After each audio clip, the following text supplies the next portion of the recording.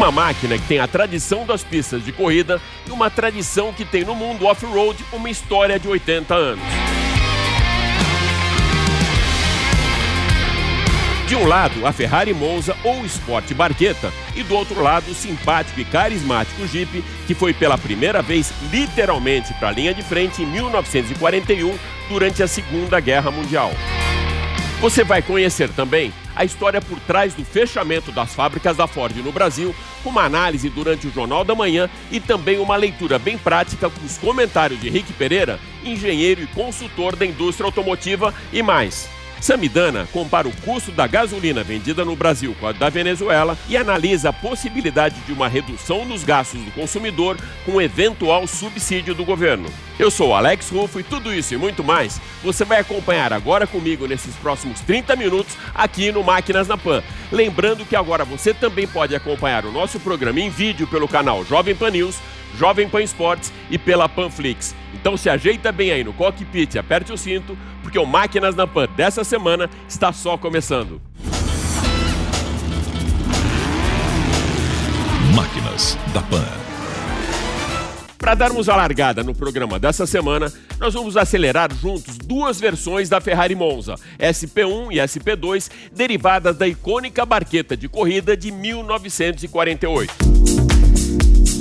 Sabe aquele sonho de consumo que atinge você como um raio, como um choque de adrenalina que faz a sua pulsação aumentar e te remete à época poética do fabricante de carros que tem no seu line-up os legendários esportivos do passado? Pois é, alguns desses objetos de desejo você vai conhecer hoje aqui na Jovem Pan. Os icônicos Sport Barchetta da Ferrari, nas versões Monza SP1 e SP2, que tem uma história muito alinhada com o maior templo italiano do automobilismo e sua nostálgica tradição. Para contextualizar essa grande paixão dos italianos pelo cavalinho rampante, vale aqui um preâmbulo. Um pouco antes do GP de Monza de 1988, eu perguntei a um engenheiro da equipe Ferrari qual teria sido o piloto mais emblemático da Scuderia Rossa. Ele me respondeu: para nós que já nascemos tifosi e torcedores fanáticos da Ferrari, não importa o piloto e sim a máquina. E enfatizou a preferência dos italianos com a seguinte frase: primo la macchina, dopo la pasta e poi il calcio. Primeiro a máquina, depois a pasta e por último o futebol. Para homenagear a história do cavalinho rampante e seu templo, a fábrica de Maranello criou uma máquina que coloca lado a lado essas duas grandes paixões dos italianos, a Ferrari e Monza.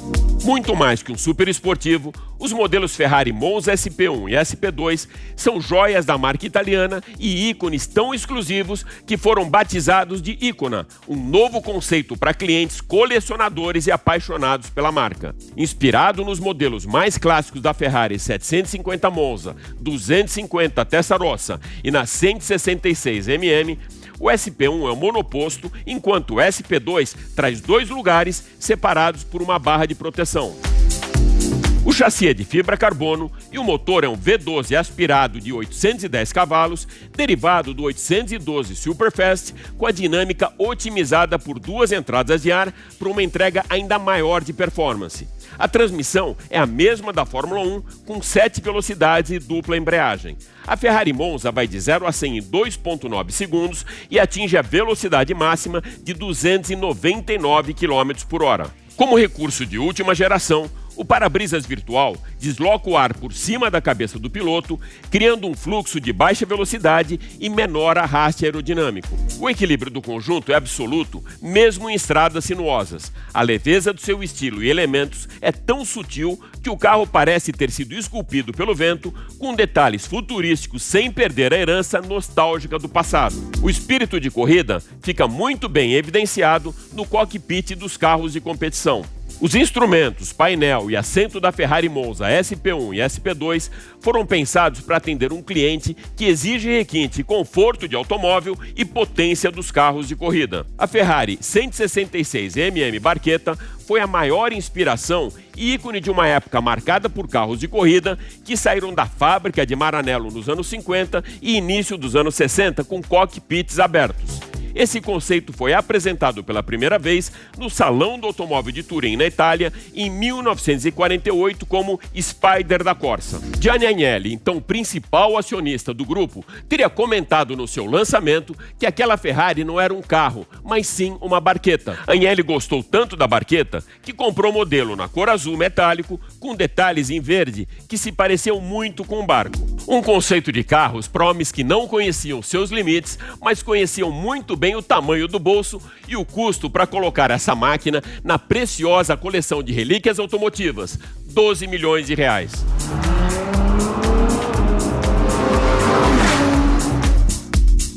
Alguns produtos têm um nome tão forte que viram referência genérica pelas suas aplicações no dia a dia. É assim com a Gillette, que virou sinônimo de lâmina de barbear, a palhinha de aço Bombril, o amido de milho Maizena e, na indústria automotiva, o mais carismático dos aventureiros fora de estrada, o Jeep. Para conhecermos um pouco mais da história do ícone dos off-roads que surgiu em 1941, durante a Segunda Guerra Mundial, nós convidamos o diretor da marca Jeep, Alexandre Aquino, para participar do programa dessa semana. Alexandre, seja super bem-vindo ao Máquinas na Pan. Muito obrigado, bom dia a todos. Alexandre, a marca completa nesse ano 80 anos e existem ainda algumas versões que explicam a origem do nome Jeep. Qual a mais factível?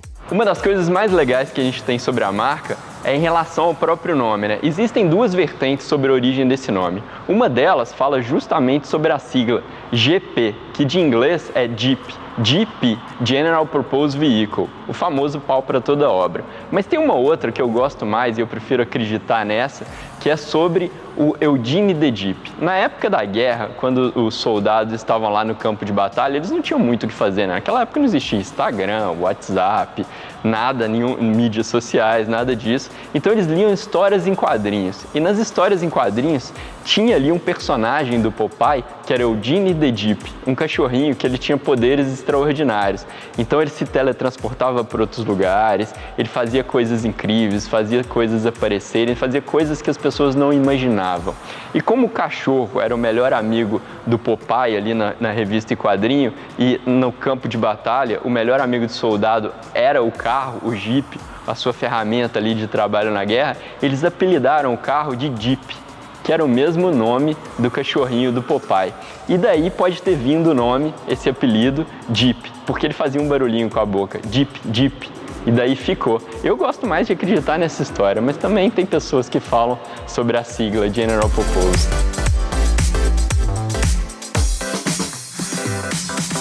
Quais as principais características que fazem do Jeep um ícone do universo off-road? É essencial para os clientes o conforto, né? E conforto no fora de estrada ou dentro das estradas para enfrentar os obstáculos como buraco, valeta e até mesmo uma rampa de garagem, né?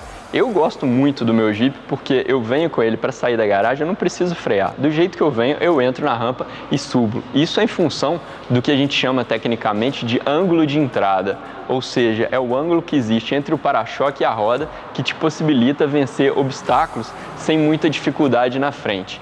O Jeep também, ele tem um pouco mais de altura do solo, o que te dá um pouco mais de liberdade em relação a todo e qualquer obstáculo que você precisa passar. Isso é algo que os clientes valorizam demais. Isso é sempre citado nas pesquisas como um dos 3 principais motivos de compra de um veículo Sport Utility Vehicle, né? O SUV que a gente chama. E na Jeep isso fica bem claro, porque os nossos carros têm sempre o ângulo de entrada melhor do que os concorrentes.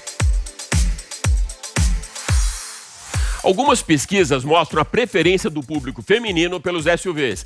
Você acha que isso se deve a uma posição mais alta do veículo em relação ao solo, que acaba passando também mais segurança para essa condutora na hora de enfrentar o grande trânsito de uma megalópole como São Paulo? Ah, com certeza. Isso tem a ver não só com a altura que eu estava falando do solo, do chão, do assoalho do carro, mas também tem muito a ver com a posição de dirigir. E principalmente o público feminino gosta dessa posição um pouco mais alta, né? Você fica com um pouco mais de poder, um pouco mais de visão sobre o trânsito e isso traz, com certeza, uma segurança que você encontra nos veículos SUV. Isso é algo que a Jeep explora bastante. A gente fala que o ponto H, né, que é aquele ponto que fica no quadril, ele é um pouco mais alto no assento e trazendo essa sensação de mais poder, mais visibilidade e, consequentemente, mais segurança para as pessoas. Alexandre, no ano totalmente atípico, impactado pela pandemia, quais foram os principais desafios da marca para manter a Jeep no topo do ranqueamento entre os SUVs? A gente consolidou a marca na liderança dos SUVs esse ano pelo 5º ano consecutivo.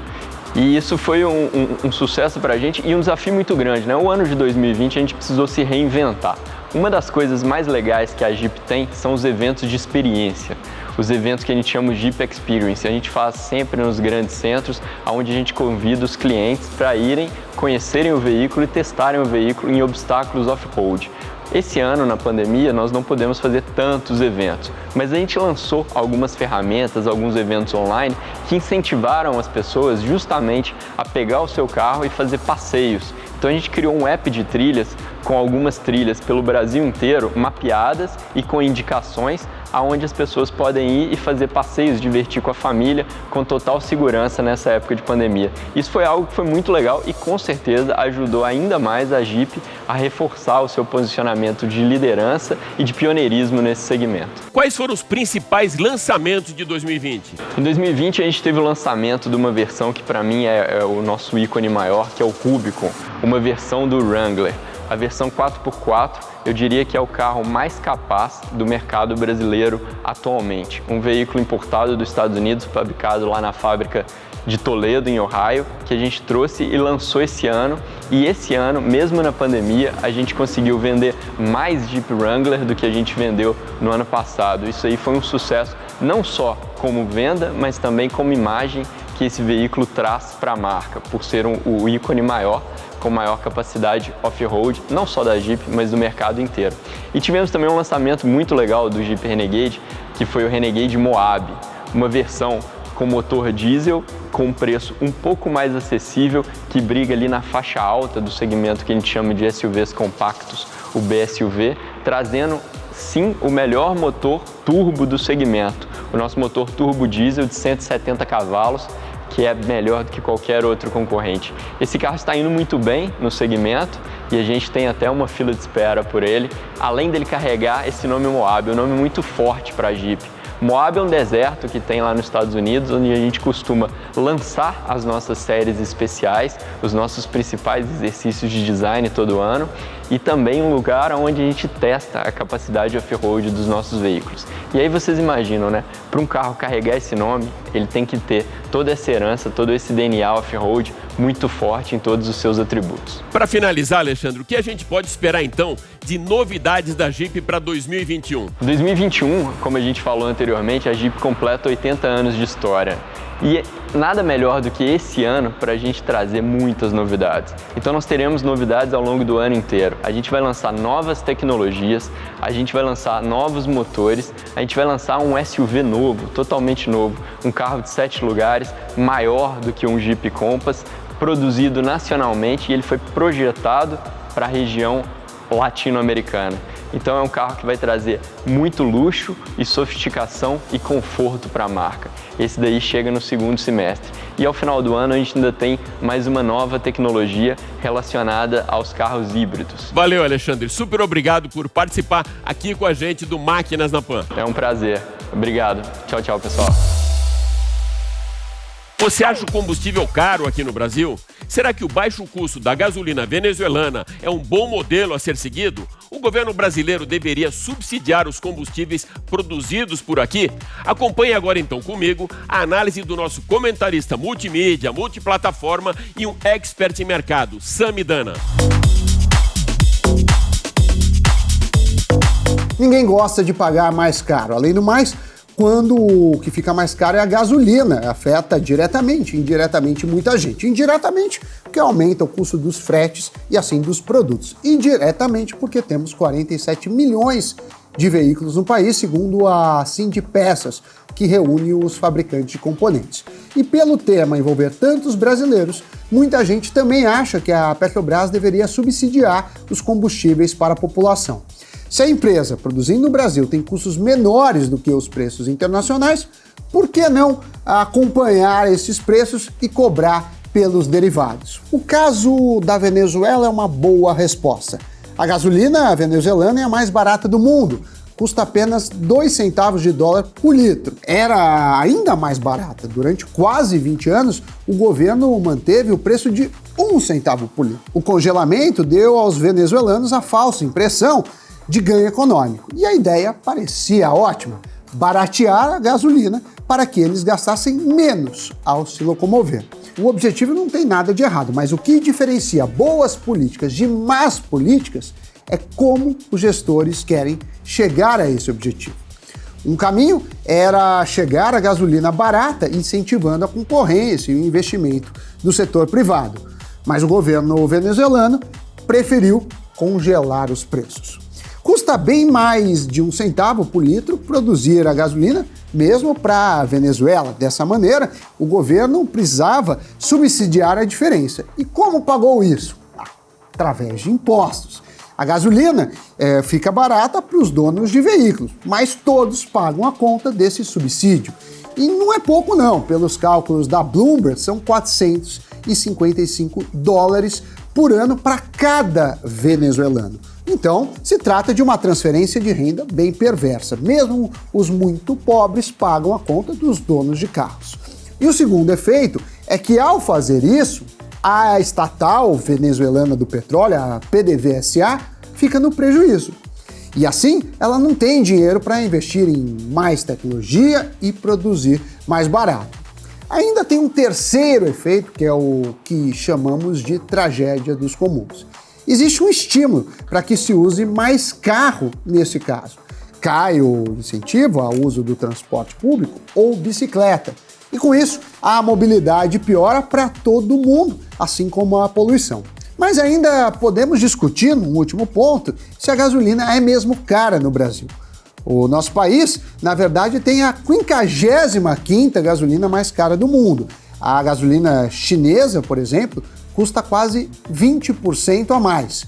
Em resumo, a saída não é subsidiar os combustíveis, mas sim incentivar e tentar a produção mais barata. Os preços de mercado comandam as empresas. Bater de frente com o mercado, neste caso, significa prejudicar a empresa, em consequência, os acionistas, isso no curto prazo. No médio prazo, você estará prejudicando a própria sociedade. Logo no início desse ano, a indústria automotiva foi fortemente impactada por notícias que colocaram os automóveis no looping de uma montanha-russa com os pontos mais altos, resultado da fusão do grupo FCA e PSA, mas também com uma descendente em altíssima velocidade, provocada pelo anúncio do fechamento de todas as fábricas da Ford aqui no Brasil. Esse foi o tema da minha participação no Jornal da Manhã, no dia seguinte ao anúncio feito pela montadora. Acompanha comigo.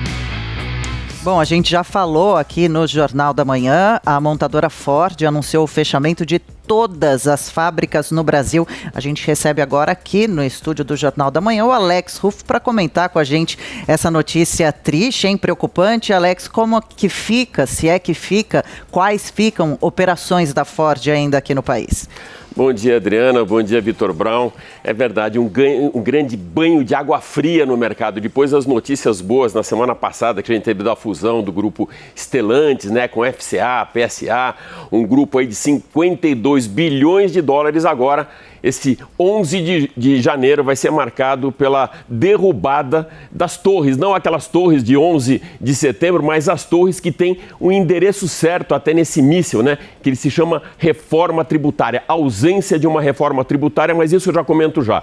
A operação aqui no Brasil fica agora só com importações, né? Vão sair de linha os modelos K, que é o K-Hatch, o K-Sedan, o EcoSport, que foi lançado em 2013, que trouxe uma história muito grande para o Brasil, foi o pioneiro dos SUVs aqui na nossa história e de uma Ford que tem 101 anos aqui no Brasil também. Isso é muito pesado. E além disso, a Troller, que estava localizada no Ceará, na cidade de Horizonte, e agora também fecha as operações. Com isso, passam a acontecer as importações do Mustang Mach-E, mostrando aí uma vocação da Ford pelos elétricos e também pelos SUVs e pelas picapes. O Ford Territory, ele continua, na verdade, a ser importado da China, a Ranger da Argentina, aí vem o Bronco, o Transit também.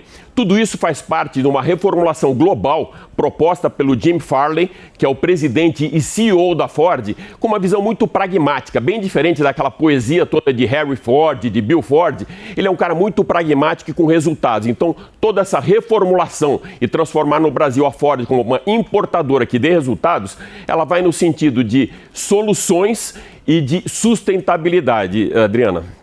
Alex, e além, claro, dos trabalhadores que vivem uma situação dramática agora com a saída da montadora, quem se preocupa também são os clientes que compraram os carros da Ford. Afinal de contas, agora eles saem de linha, né, Alex?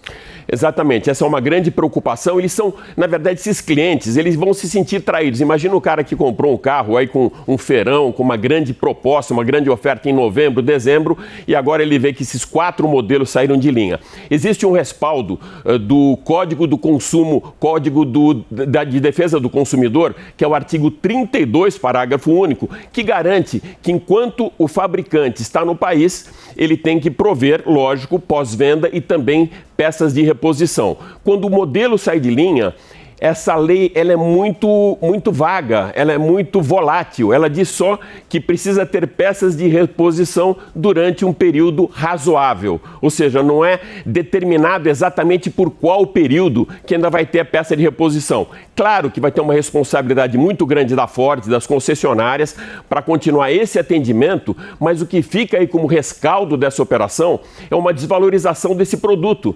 O produto vai perder valorização no pós-venda, ele vai perder valorização também na hora da recompra, de você querer trocar o veículo por um novo e principalmente esse cliente que sempre foi fiel à marca, ele se sente traído e ele vai procurar outra marca no segmento que dê mais confiabilidade para ele. Provavelmente. E, Alex, as consequências não param por aí? Quais os reflexos que esse fechamento traz para a marca e também para a indústria automotiva como um todo?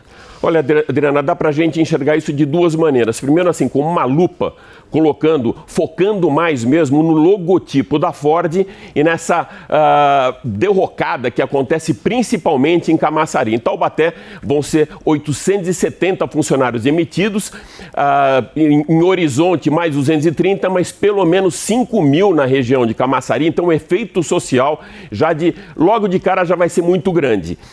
E esses 5 mil, eles não representam só 5 mil pessoas, né? Eles representam famílias, representam um efeito social que é muito polarizado e também com uma capilaridade muito grande que atinge as concessionárias e fornecedores da própria fábrica, do polo industrial de Camaçari, que pode somar 25 mil a 30 mil funcionários. Além disso, a marca no Brasil ela perde valor de mercado, a saída desses 4 produtos da marca, né, do K-Sedan, do EcoSport e do Troller, ela tinha... Com esses produtos, ela ocupava o 5º lugar. A Ford ocupava o 5º lugar nesse ranqueamento de vendas. Sem esses produtos, ela passa a ocupar o 10º lugar e agora só com importados. Então, localmente, o estrago é muito grande, mas tem uma outra visão também, com uma lente mais ampla, com uma visão muito mais panorâmica, que é um sinal vermelho, um sinal de alerta muito forte para o mercado, que sinaliza a urgência de uma reforma tributária. No 52% do valor, em média, do valor de um veículo, ele se deve aos impostos. Então, o custo do Brasil é muito alto. Com isso, o investidor perde a confiança de trazer novos negócios para cá. Aí está a decisão, por exemplo, da Ford de fechar fábricas aqui, da Mercedes, que fechou também em Iracemópolis. Provavelmente, esse grupo Nissan, Renault, Mitsubishi, já foi sinalizado no final do ano que a operação vai ser muito mais consolidada, muito mais compacta. Então, deve haver demissões também. A mesma coisa do grupo FCA, porque a situação no Brasil ela tem que ser sustentável. E um dos motivos da falta de sustentabilidade é a falta de credibilidade no nosso governo, os problemas jurídicos que acontecem, a mudança da regra durante o jogo, mas principalmente a ausência de uma reforma tributária. O Alex, e ainda falando sobre a situação dos clientes, há um projeto parado na Câmara dos Deputados que prevê justamente que a empresa mantenha as peças de reposição por até 10 anos. Haveria esse prazo de uma década. Seria algo que ajudaria nesse sentido, né, Alex? Isso aconteceu antigamente, a Volkswagen mesmo, há 20 anos atrás, ela colocava esse posicionamento no mercado, mas isso não foi transformado em lei ainda. Precisaria mesmo, como você falou, Brown, que isso fosse transformado em lei e não ficasse tão volátil como como, olha, por um prazo razoável. Eu acho que 10 anos é um prazo para esse cliente ele ter confiabilidade e o produto da marca também não perder valor e esse cara não se sentir traído com o produto que ele acabou de comprar, com o carro novo e depois perder valor de mercado. E para fecharmos o Máquinas da Pan dessa semana, o Henrique Pereira vai trazer algumas informações bem úteis e de ordem bem prática sobre o impacto que o fechamento das fábricas poderá trazer para as concessionárias e também para os clientes da marca.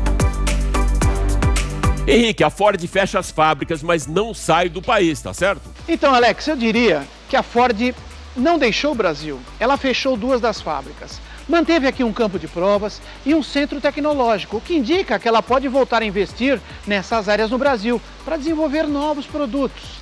A empresa já vinha demonstrando uma certa ineficiência. Só tinham 2 produtos, Export e KA, e os 2 já estavam cansados, precisando de uma renovação, o que não ocorreu. Com isso, perdendo vendas dia a dia. Essa não é uma decisão local de alguns executivos que se reuniram e resolveram parar tudo. Não, é uma decisão global que já acontece desde 2018, mundialmente, onde a Ford decide parar de construir carros de passeio e focar nas SUVs, picapes e nos carros elétricos, o que nós vamos dirigir no futuro. Essa é a estratégia global e com isso ela fechou fábricas pelo mundo inteiro e resolve fechar então as fábricas de carros de passageiros aqui no Brasil, mantendo a fábrica de picape da Argentina, que é justamente aonde ela vai investir, e também a montadora do Uruguai, que monta pequenos carros de transporte de cargas. Por isso, não podemos dizer que ela deixou o Brasil para ir para a Argentina e Uruguai, não. Ela fecha um negócio no Brasil e agora foca em outros carros importados, vindos do México, da Argentina, Uruguai e também do próprio Estados Unidos. As perguntas que mais vêm para nós nesse momento é: e o meu carro vai perder valor? E a manutenção, como é que eu faço? Bom, com relação ao valor, sim, vai perder valor. Da mesma forma que um carro perde valor quando um novo modelo entra no lugar do antigo. O antigo tem o valor abaixo dos mais novos no mercado. Esse carro saiu de produção, como outros tantos já saíram de produção na nossa história, e outros tantos mantêm um valor no mercado, porque são carros bons, carros procurados. Da mesma forma que o KA e o Export vão acabar sendo procurados no mercado. É assim que funciona. Agora, hoje, se você for a uma concessionária da Ford, é possível fazer um bom negócio. Eles estão dando descontos nos carros que lá estão. E, de repente, não é tão ruim assim. Ele perdeu valor para a concessionária, mas pode ser de grande valia para você. Quanto à manutenção e obtenção de componentes, eu não vejo grandes problemas. A Ford está mantendo concessionárias no Brasil. Afinal, novos produtos estão chegando com maior tecnologia e ela não vai deixar o cliente de KA, EcoSport e tantos outros produtos que já saíram de produção da própria Ford na mão. Ela vai atender. Componentes são feitos por fornecedores e vendidos à montadora. Então você não vai ter problema, porque esse fornecedor vai ter interesse em alimentar os estoques de concessão e os estoques do mercado paralelo. Então sempre vai ser possível encontrar um componente para o seu carro.